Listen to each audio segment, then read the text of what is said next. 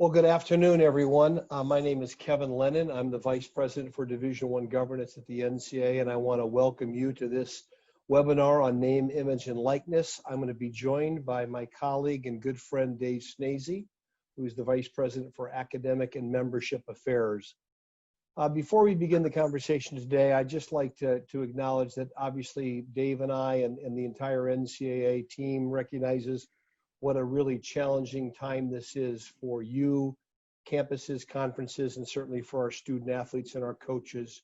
I understand that a number of decisions continue to be made as we stand here on August 10th of 2020. Decisions have been made and will be made as it relates to the reopening of our campuses and certainly the reopening of our intercollegiate athletics programs. And I know that it is also a very big week for the NCAA as we have a number of issues that relate to the startup of fall sports that will be addressed by our council and by our board of directors. But I also clearly know that many of you find yourselves again in important decisions that you're making today and will in the future that have at the heart of those decisions the health and safety of the student athletes as we think about reopening our campuses. There's no playbook for any of this. That's very clear, but I continue to have great confidence as I talk with all of you that the priorities about reestablishing and reintroducing sport in the fall here are being guided by the health and safety decisions on our various campuses, and just want to acknowledge that and appreciate all that you're doing to be attentive to those needs of your student athletes. The discussion today on name, image, and likeness really kind of continues in that vein as well. It's what can we do that will best support our student athletes moving forward in the changing environment? What's best for the students? What's best for the collegiate model that we so dearly love, all of us? And so it really is within that vein that we spend the hour today during this critical time to focus some attention on name, image, and likeness, because it is important for our student athletes and obviously important for our campuses. So we appreciate your time and attention and being with us today, given all that's going on. I'd like to start a little bit just by reminding folks that you received a survey with some additional materials, and the purpose of this is to really give you a glimpse, if you will, of feedback areas that we would like to receive from you that would go into our legislative solutions group. So the survey is there. I hope those background materials have also been helpful. Just by way of background, the group that is working on your behalf in Division I is this Legislative Solutions Group. They have been meeting monthly, if not more frequently, since January, and the work that we're going to talk about today and the materials reflect their excellent contributions to this conversation. They've continued to sharpen the saw, if you will, sharpen the focus, and we're pleased that the materials kind of reflect their work that they've undertaken. Special thanks go out to Grace Calhoun and Bob Bowlesby, who have co-chaired this work and have done a really good job on your behalf. So the purpose of this, again, will be to flesh out some of these areas to help those of you who are filling out the survey and to maybe kind of raise some issues that we would like for your specific consideration as you fill out the survey. Next slide, please, Dan. I think it's important that we keep in mind the context with which we are operating. And obviously there continues to be a great deal of interest at both the federal and the state level in interest in issues of name, image, and likeness. We have 4 states that currently have laws that speak to name, image, and likeness, with apparently a 5th on the way. We continue to have over 30 states that are in some process of addressing name, image, and likeness.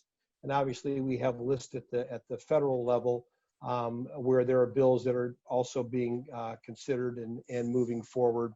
And so it's obviously important to know the context with which the division approaches these issues, which is there's interest beyond simply the Division I membership in how we end up coming out on name, image, and likeness. What you see on the screen here is just a quick reminder of the things that we have asked Congress for as we move forward to bring some level of uniformity across name, image, and likeness, and just to simply that are necessary elements as we move forward with any name, image, and likeness package. And so, as you see on the screen, we continue to seek federal preemption over state laws. We know from hearing from you that uniformity across states is an important element as we have intercollegiate competition across states.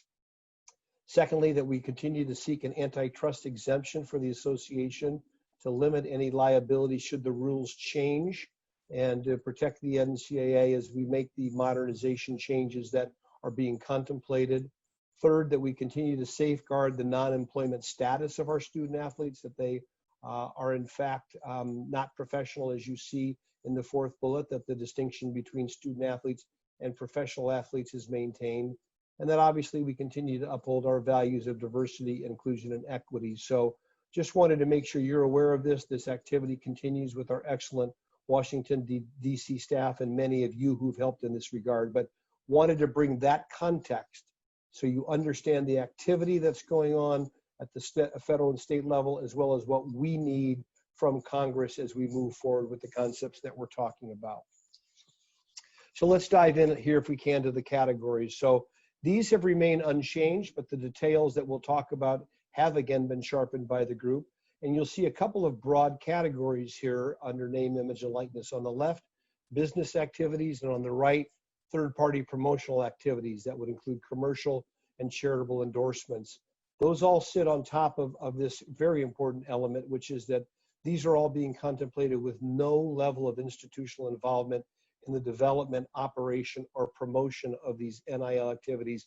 And that is an overarching principle that you will see applies to all of these particular areas. Next slide, Dan. We know from hearing from many of you from the first round of conversations was that there was general support, and certainly at the council level support, for those concepts that we just talked about, but it always came with that we needed additional work on the framework here to make sure that we are true to our values and protecting the collegiate model.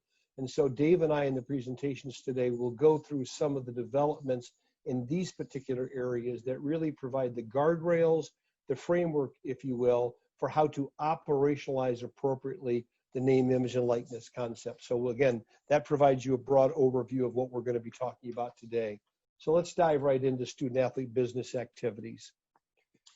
So as you see, the concepts that have been developed here really do speak to permitting a student athlete to promote a business that may be an athletically related or non-athletic related business.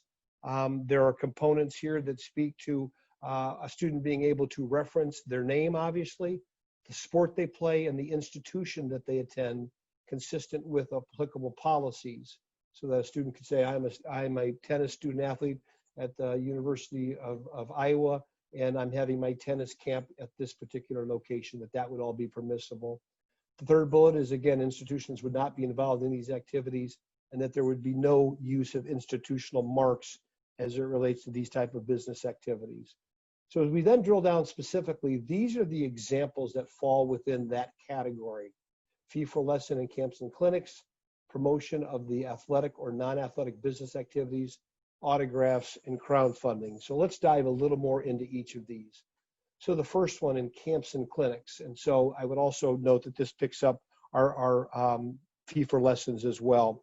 So the concept that the LSG group has put forward is that it would be permissible for a student to use their NIL activities for fee for lessons and to operate their own camps and clinics. And secondly, that if institutional facilities are used, that the institution would have to follow its procedures for using the space in a manner consistent with how they would rent out that space for the general public. So that's the concept itself. The survey that you have in front of you raises these following questions. Should the student be permitted to promote their camp and clinic and run and their fee for lessons and run their own camps and clinics? That's a broad question. Do you believe that remains to be a permissible activity? In terms of the use of facilities, are you comfortable that a student could use an institutional facility if, in fact, it is consistent with the parameters for the general student body, or general public, rather? So should they be able to do that? We'd like to get your reactions to that on the survey. Are there other elements that are not contained? Go back to that one. Are there other elements that are not contained in the guidelines around fee for lessons and camps and clinics that you believe are appropriate and necessary as it relates to guardrails around fee for lesson and camps and clinics? So I encourage you to think about that. Let's go now to the promotion of student athlete business. So this would permit a student athlete to use their NIL to promote their own business, whether it be and athletically related or non-athletically related business activities. They could include their status as a student athlete and name the institution, again, subject to institutional policy. And once again, no institutional marks would be permitted in this regard. So with that concept, a couple of the survey questions that we want you to focus on, again, is that first one: should they be permitted to indicate the institutional affiliation, the sport that they play, subject to the institutional requirements? Is that something that you are comfortable with as it relates to the promotion of their activity? Do you believe that this prohibition against institutional marks is appropriate? Again, the working group has suggested that it is, but that's something that would benefit from hearing from you. And finally, whether a student athlete should be permitted to sell items that perhaps they have purchased through a normal retail sale with certain parameters. And those could include, if there's institutional marks on what they purchased, that would fall under the institutional mark requirements and such. But that last concept is an important one to consider in terms of calling that a business activity for a student to purchase items and then resell those with these specific parameters. So we would be very interested in hearing kind of what your reactions would be to that. So with that, Dave, let's go to you, and why don't you talk a little bit about autographs in this particular section? Thanks, Kevin. I'm happy to do that. And good afternoon, everybody. It's good to see you, or at least be with you this afternoon. Kevin rightfully acknowledged the work of the Legislative Solutions Group. That group has really done incredible work so far, but I also think it's important to note that that group has been considering feedback from the membership from day one, from compliance administrators to coaches to student athletes to ADs, presidents. Everybody's been involved in the development of these concepts. So the remaining two concepts I want to hit today relate to autographs and crowdfunding. Autographs, as you know, has been a challenge from day one. Everybody talks about autographs and the potential abuse of this activity. I think it's important to note, though, that we're talking about more than the traditional pen and paper autograph. We're also talking about virtual or electronic autographs and all kinds of other technology-based activities that we're not smart enough yet to figure out. So it's more than just the traditional autograph. There's more here that we need to think about. But the common theme you'll notice on this slide is that, as Kevin has said throughout his presentation, there is no institutional involvement regarding autographs when student athletes are being compensated. If they're signing autographs after a contest or perhaps at a team hotel, there can't be any compensation involved in that activity. It's also important to note that, as contemplated at least today by the LSG, autographs would be subject to disclosure requirements, whether that is compensation provided for a specific number of autographs or perhaps compensation in conjunction with a personal appearance or a personal endorsement. So because of the potential for abuse, there's a number of guardrails that the LSG has been considering. So Dan, if you'll go to the next slide, please.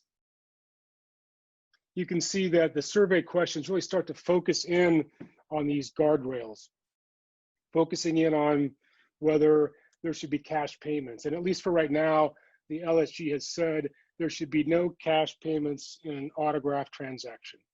So that means there's going to have to be a point of sale, technology-based solution to this, or the autographs are being compensated in a personal appearance setting. The other thing I'll note is that when we're talking about autographs, at least in terms of guardrails, the LSG believes that we might be able to develop a guardrail that has time, place, and manner restrictions.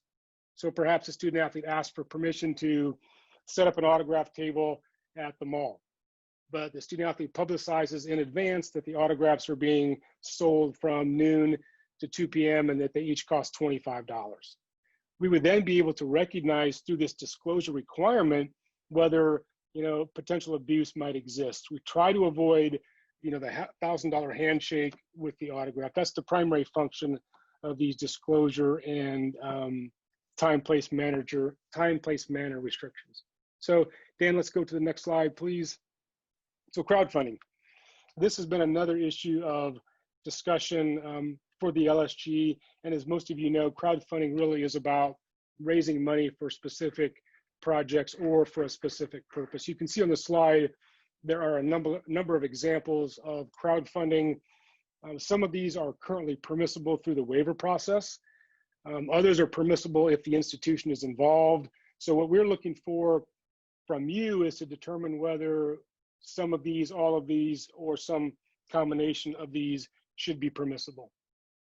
The one thing that the LSG has focused on in terms of not being permissible yet is that we're not providing crowdfunding, or student athletes are not allowed to crowdfund to attend a particular institution. So Kevin Lennon could not set up a crowdfunding site and have all of his fans or helpers donate money for him to attend a particular institution, and then he would get that money if he actually attended that institution.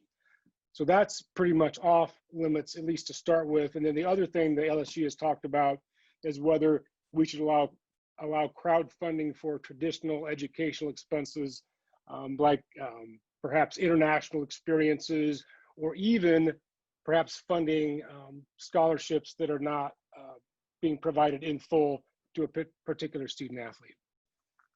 So Dan, let's go to the next slide, please. We talked about this. We talked about the different categories. So again, your input on this would be really helpful. You'll be able to select one or more of those possibilities as far as what should be permissible as a crowdfunding activity. So let's talk a little bit now about third-party advertisements and promotions. Kevin and I have talked about business activities so far. Now we want to sort of transition to this third-party commercial endorsement space. So like business activities, the idea here is to allow student athletes to benefit from their NIL just like other students could, right? Whether it is a commercial endorsement of a product or an endorsement of a commercial business, students in general can do that, and perhaps so should student athletes. Again, the common theme here is that there is no institutional involvement in this commercial endorsement or sponsorship. So that means institutions cannot arrange for the activity. They cannot arrange for the personal appearance or the commercial endorsement opportunity. They have to be removed from this, and they can't allow their marks and intellectual property to be used by the student athletes in these settings. So Kevin's going to talk more about institutional involvement in just a minute, but just remember that anything in this space, we're trying to separate the student athlete's NIL from the institutional marks and value that institution may bring to the student athlete's name, image, and likeness. So if you think about, for example, you see a commercial on TV, whether it's an NFL star, a WNBA star, they're appearing in commercials without their team apparel, they're appearing without their league apparel. It's just based on that student athlete's own name, image, and likeness without the added value of the team or the league. Okay, so it's also worth noting that we're talking about personal appearances as well. So you talk about the traditional television appearance or the social media post. We're also talking about a student athlete being able to appear at a commercial establishment, for example, a restaurant or a car dealership that we've heard so many times folks talk about. So in those cases, the student athlete would be paid for that appearance. And you can see how then the business activities start to overlap with these commercial endorsements, because we talked about autographs earlier as a business activity, but if they're doing it in conjunction with a personal appearance, you can see how those two start to relate and be a little bit confusing. So perhaps we need to separate the business activity from the third-party commercial endorsement in many cases, but not in all cases, because they may be one and the same. So Kevin, I'll pause there, see if there's anything I've missed you want to add to this. Again, we talk about no institutional marks being used in the personal appearance as well. So if the student athlete appears at the dealership to sign autographs, she's not wearing institutional apparel, there are not institutional posters in the background. This is all driven by the student athlete's name, image, and likeness. That's it. I think we're finished with this section, Kevin, and we're ready to go back to you for the administrative framework. All right, well, let's talk now then about the administrative framework elements. And so now that you have kind of a background on these two broad concepts, the conceptual areas, and hopefully we've teed up for you the type of questions and intricacies and nuances that will be helpful to hear back from you. these are the elements of the guardrails and the framework that I referenced in the opening remarks. And Dave and I will kind of go through these because, again, these begin to build on the concepts themselves and again, provide some guardrails and frameworks with which they operate. So let's talk first of all about the potential areas of conflict. So in this, as the Legislative Solutions Group has talked about this, they believe that there should be some broad NCAA legislation that would prohibit NIL activities for involving commercial products or services where there's a conflict with NCAA legislation, sports wagering, banned substances, et cetera. This would take the form of kind of national legislation. The second concept, though, it also provides some decision-making at the campus level about the type of activities where they may say on our campus, these NIL activities are also not permissible, either based on sponsorship agreements that are already in place, if you will, for at the institutional level that would say this isn't an area for NIL use for student athletes because of the conflict with our institutional arrangements, or things that relate to the values of our campus. And we say, if you come to this campus, you need to know up front that these are the type of activities that you would not be engaged with in terms of using your NIL. And as the LSG has talked about this concept, they've said, we think it would be good for institutions to have policies, the NCAA not to prescribe what those policies are, but schools to have policies, and then that those policies should be shared with prospective student athletes in the recruiting process. So that's the concept around potential areas. So as you think then about these areas, I think they're fairly self-evident. You support a national ban, a national rule on some of the NIL activities that we should not have any student athletes involved with. How do you feel about the prohibition for NIL regarding institutional sponsorship agreements and arrangements, or challenges with the institutional values? Do you feel like those are things that legitimately should be placed back with the institution to make those determinations? And then whether institutions should be required to provide copies of this in the recruiting process, and when in fact should that occur, at what point in time in the recruiting process should that occur, so there is really transparency to a young person understanding, if I go to this campus, these are the type of NIL activities I could do or I couldn't do based on that particular institution. So those are the things we would ask you to focus on. The second framework area is around professional services. And I think there is an acknowledgement among the LSG that young people who are now entering this NIL space will need some level of assistance from a professional service provider. And the concept that they've identified that you'll see under the first bullet would allow students to receive advice regarding NIL activities, representation in contract negotiations regarding NIL, and perhaps assistance with marketing their name, image, and likeness. It does preclude institutional employees or independent contractors associated with the institution from providing these services. And that it also would preclude institutions from identifying, selecting, and arranging and providing the payment with these service providers, that would still need to be done by the young person. And that there are certain elements where they could help the student athlete in vetting the professional services. So there's things that you see in the first bullet that says, here's what a provider can do. The others are, here's what a school cannot do. But the final one is that it would be permissible for a school to help a student vet the appropriate service providers that they're interested in working with. Next. So the focus on the survey questions really are along those lines. Do you believe that these are three areas, the advice, the representation and contract negotiations, and the marketing, you believe those are things that a professional service provider should be able to do? Are there other things that should be added to that list where you suggest, this is something else that would be beneficial to the student? Or do you have concerns about what you've seen above? The third item there is, this prohibition against institutional employees or independent contractors. Is that appropriate as it relates to this professional service environment? So we'd like you to focus some attention on those particular activities. The last area is one of kind of the institutional assistance. What can you do to help a young person? So we've continued to repeat this overarching theme that institutions cannot be involved in the development, operation, or promotion of these activities. But there are certain things that we do, that you do, to help young people navigate all the things that are involved with being a college student.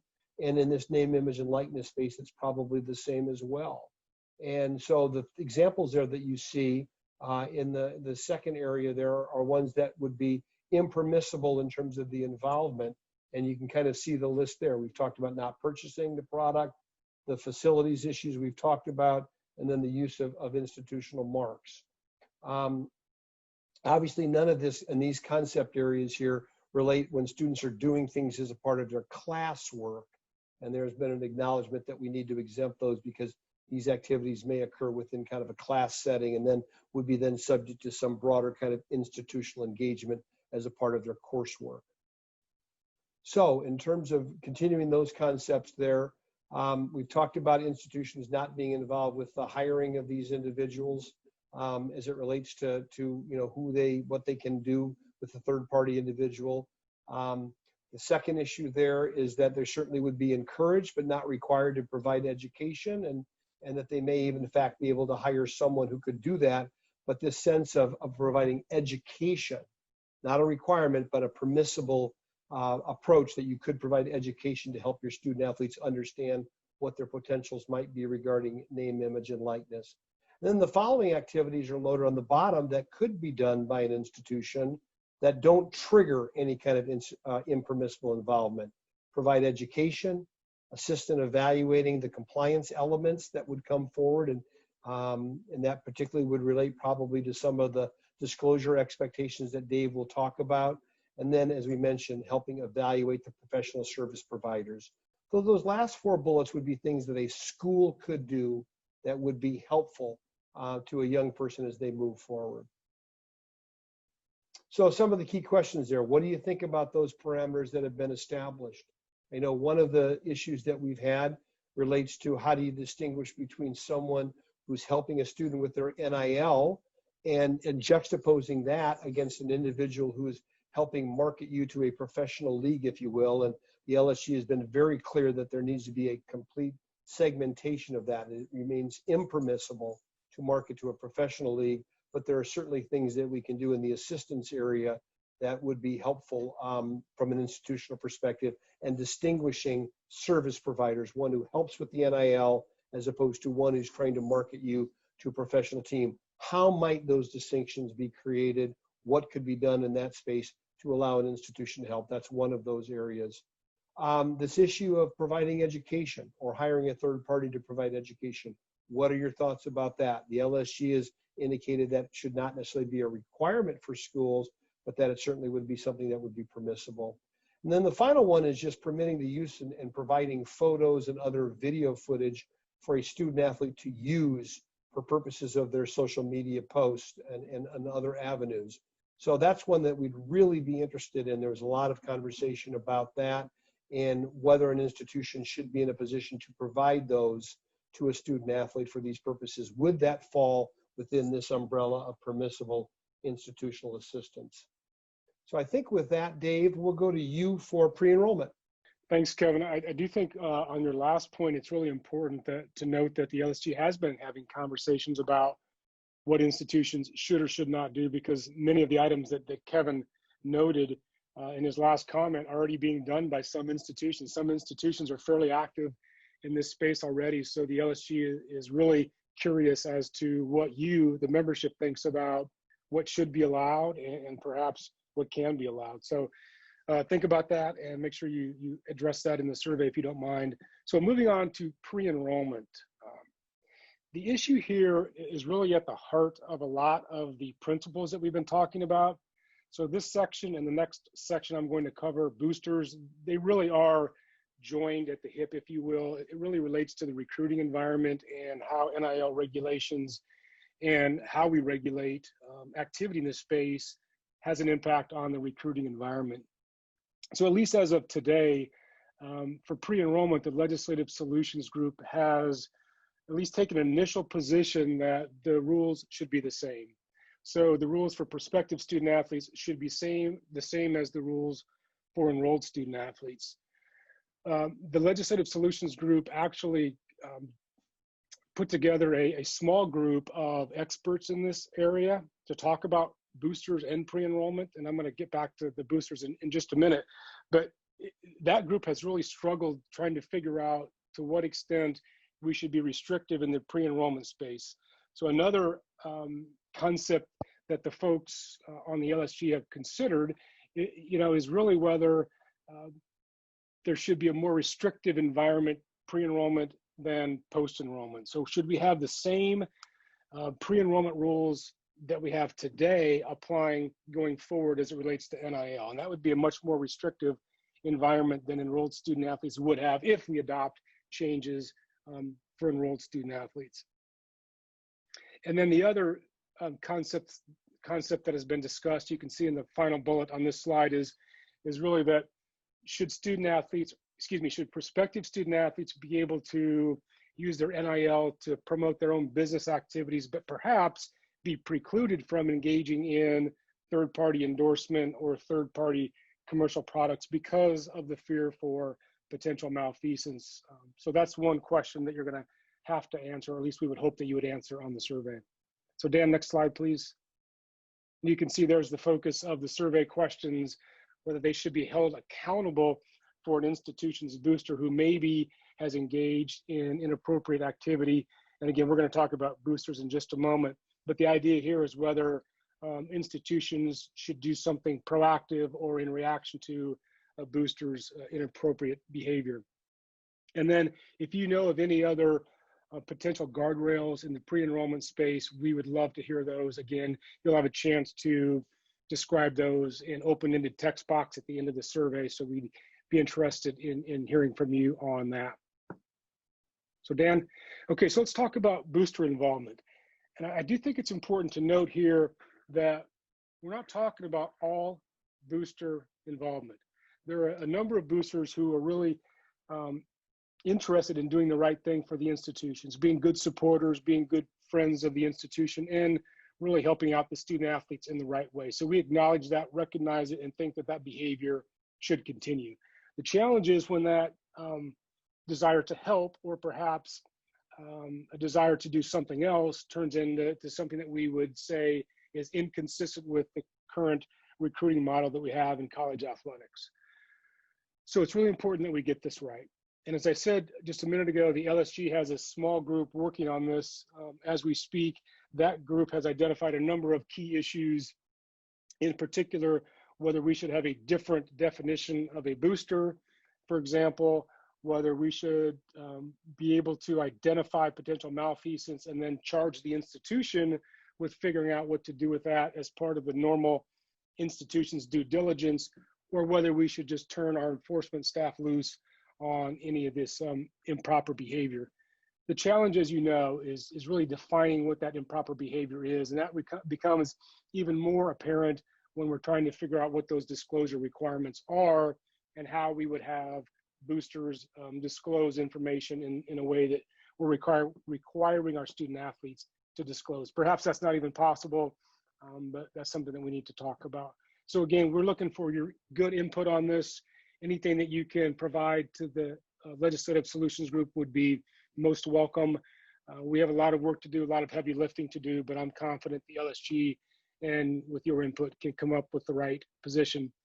The next section, Dan, starts off with disclosure requirements. We've talked about this a couple of times. Kevin and I have both mentioned disclosure requirements. And the theory here is that disclosure of activities, disclosure of behavior will really contribute to greater integrity because there's sunshine on the action and we're able to respond to that.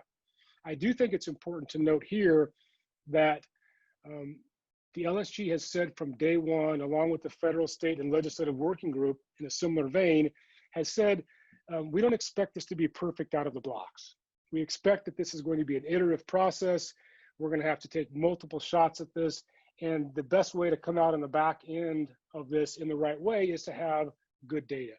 To have data that tells us what the behavior is, what the trending is in the space. And by disclosing and requiring disclosure, we're better able to collect that data and then report it out. So the primary elements of any disclosure system, as you can see right there, we're really talking about anything that has a student athlete being compensated for the use of his or her NIL.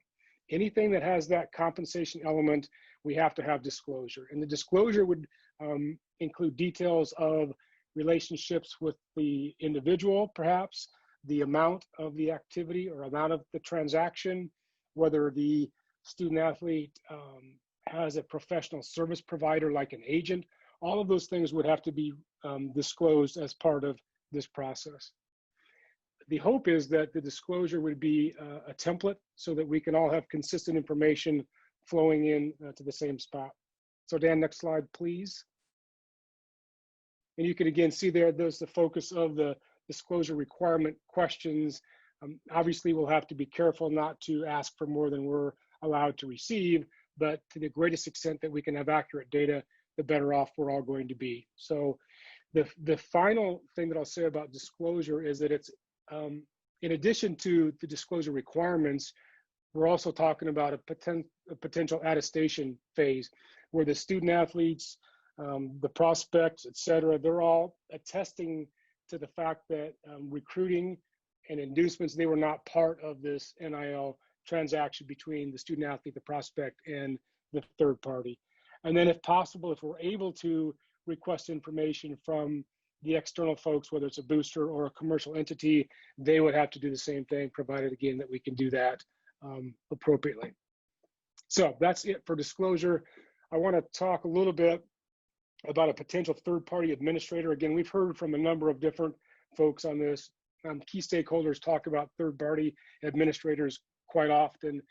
And I want to make sure when we're talking about third-party administrators, we're talking about the same thing, because I've heard a third-party administrator mean, for example, a high-level, independent, objective oversight entity, an entity that sets policy, that is more of a watchdog than anything else, and contrast that to a third-party administrator that's really involved in the day-to-day activities of the NIL process.